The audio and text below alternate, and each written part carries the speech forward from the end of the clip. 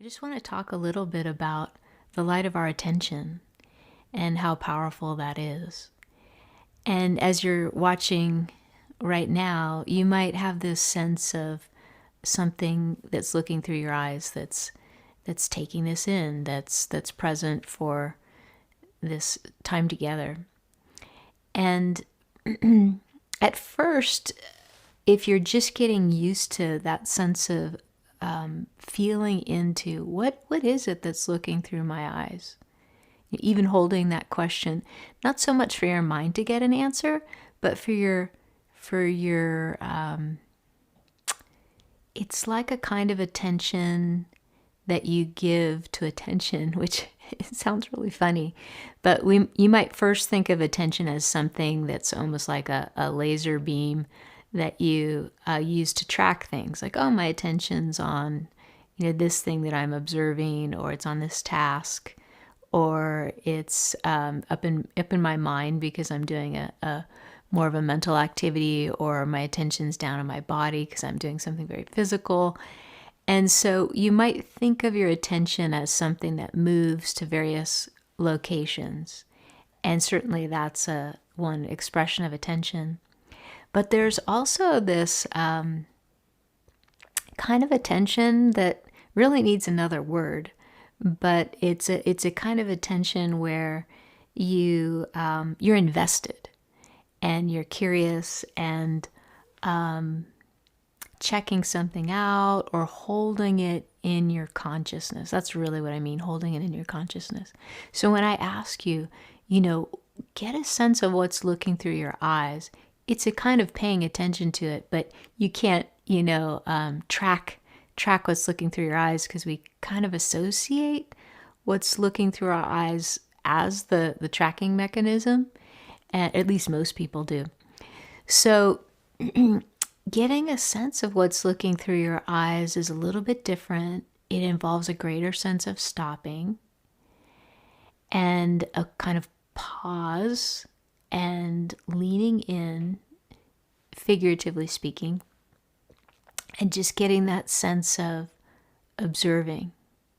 It's kind of like that quality of when there's this phrase in English, to listen for a pin drop. So like a little tiny pin dropping on the floor.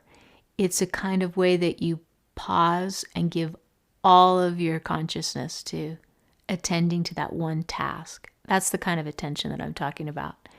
So as you sense, what is it that's looking through your eyes afresh, even if you've done it before, you sense it again.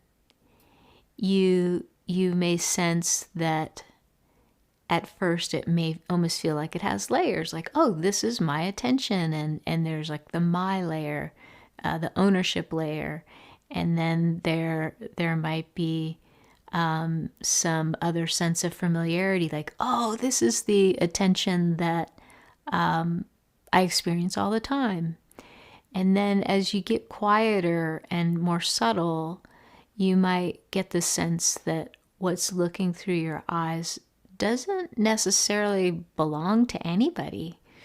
It's a kind of seeing, a functioning of seeing that is associated with looking, and it's and yet the seeing is this functioning without needing to be assigned, a seer, quote unquote, a seer.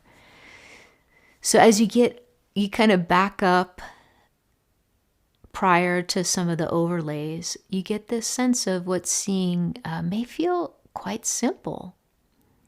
Just the looking.